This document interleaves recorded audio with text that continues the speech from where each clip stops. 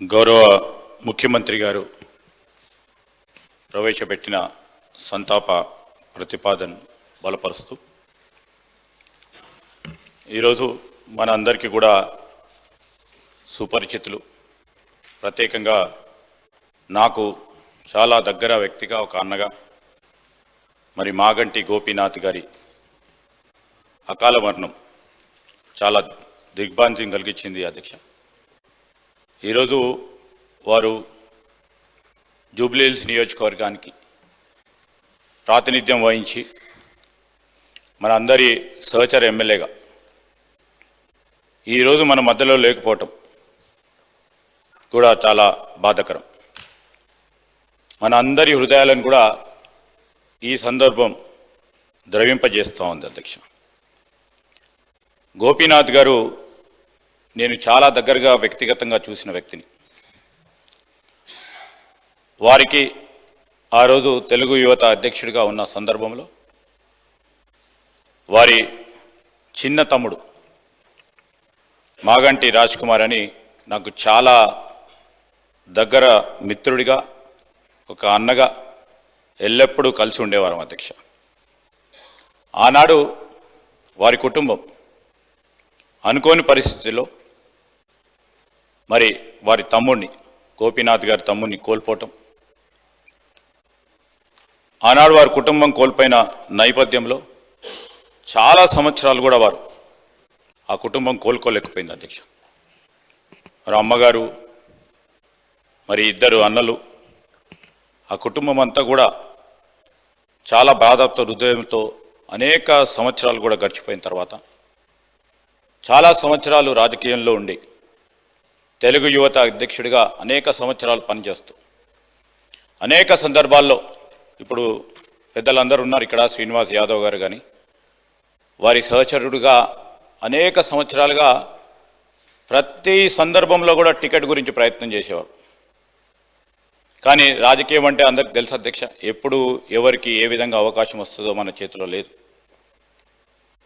చాలా సంవత్సరాల తర్వాత వారికి అవకాశం వచ్చినప్పుడు జూబ్లీహిల్స్ సంబంధించి శాసనసభ్యుడిగా నిలబడటానికి అవకాశం వచ్చినప్పుడు వారు మాతో సంప్రదించినప్పుడు మేము ఒకటే చెప్పాం, కష్టంగా ఉన్న, ఇష్టంగా ఉన్న అవకాశం వచ్చినప్పుడు తప్పకుండా మీరు నిలబడి ముందుకు నడవాలంటే ఆ సందర్భాన్ని పురస్కరించుకొని వారు ప్రజాప్రతినిధిగా వారి రాజకీయ జీవితాన్ని ఆరంగేట్రం చేయటం జరిగింది అధ్యక్ష. ఒక ప్రజాప్రతినిధి మాత్రమే కాదు, వారు ప్రజల మనసులో నిలిచిపోయే విధంగా సేవ చేస్తూ ఒక మానవతావాదిగా నిలిచిన వ్యక్తి, ఒక మృదు స్వభావి. ఆయన వ్యక్తిత్వంలో ప్రతి సందర్భంలో కూడా నిజాయితీ,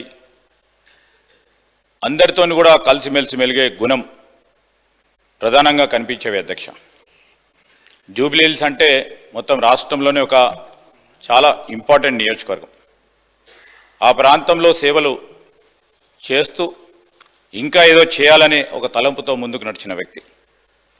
అభివృద్ధి పనులు కానీ, పేద ప్రజలకు సంబంధించి వారి అండగా నిలబడటానికి, అనునిత్యం వారి సమస్యలను పరిష్కారం చేయడానికి మరి స్వర్గీయులైన గోపీనాథ్ గారు కృషి చేయటం జరిగింది.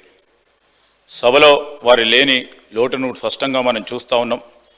మరి ఈరోజు జూన్ 2, 1963 హైదరాబాదులో హైదర్గూడలో కృష్ణమూర్తి మరియు మహానంద కుమారి దంపతులకు జన్మించిన గోపీనాథ్ గారు మరి 4 దశాబ్దాల పైచిలకు ప్రజాసేవలో, పార్టీలలో చురుగ్గా పనిచేసి పాల్గొన్నారు అధ్యక్ష. 1383లో ఉస్మానియా విశ్వవిద్యాలయం నుంచి BA పట్టభద్రుడై మరి 3 సార్లు జూబ్లీహిల్స్ నియోజకవర్గానికి ప్రాతినిధ్యం వహించిన గోపీనాథ్ గారు 1983లో వారు తెలుగుదేశం పార్టీని స్థాపించిన సందర్భంలో ఒక యువకుడిగా వారి రాజకీయ ప్రస్థానాన్ని ప్రారంభించి 85 నుంచి 92 వరకు తెలుగు యువత రాష్ట్ర అధ్యక్షుడిగా పనిచేస్తూ, అదేవిధంగా 87, 88లో హైదరాబాద్ అర్బన్ డెవలప్మెంట్ అథారిటీలో కూడా డైరెక్టర్గా వారి పాలనా పరంగా తొలి అనుభవాన్ని మొదలుపెట్టారు అధ్యక్ష. మరి 88 నుంచి 93 వరకు వినియోగదారుల ఫోరం అధ్యక్షుడిగా, టీడీపీ హైదరాబాద్ జిల్లా అధ్యక్షుడిగా వారు బాధ్యతలు నిర్వహించారు. 2014లో మరి జూబ్లీహిల్స్లో వారికి అవకాశం రావటం, 3 మార్లు గెలవటం, మరి ఈరోజు మేమందరం కూడా మన అందరికి కూడా కటింగ్ అక్రాస్ పార్టీస్ అధ్యక్ష గోపీనాథ్ గారి గురించి అందరూ కూడా వారి ఒక సహచరుని సమాజంలో ఒక నిజమైన ప్రజానాయకుని కోల్పోయిన అంశాన్ని సభ దృష్టికి తీసుకొస్తూ ఈరోజు మరి గోపీనాథ్ గారి కుటుంబ సభ్యులకి, అభిమానులకి, జూబ్లీహిల్స్ ప్రజలకి సభ పక్షాన కూడా మా హృదయపూర్వక సానుభూతిని తెలియజేస్తా ఉన్నాం అధ్యక్ష. ఆయన ఆత్మకు శాంతి చేకూరాలని, ఆయన చూపిన మార్గం, ఆయన నడిచిన మార్గం, మంచి పనులు చేసిన మార్గం మనకు అందరికీ కూడా ప్రేరణగా నిలవాలని మనసారా కోలుకుంటూ వారి కుటుంబ సభ్యులందరికీ కూడా మరి ప్రగాఢ సానుభూతిని తెలియజేస్తూ సెలవు తీసుకుంటున్నాను అధ్యక్ష.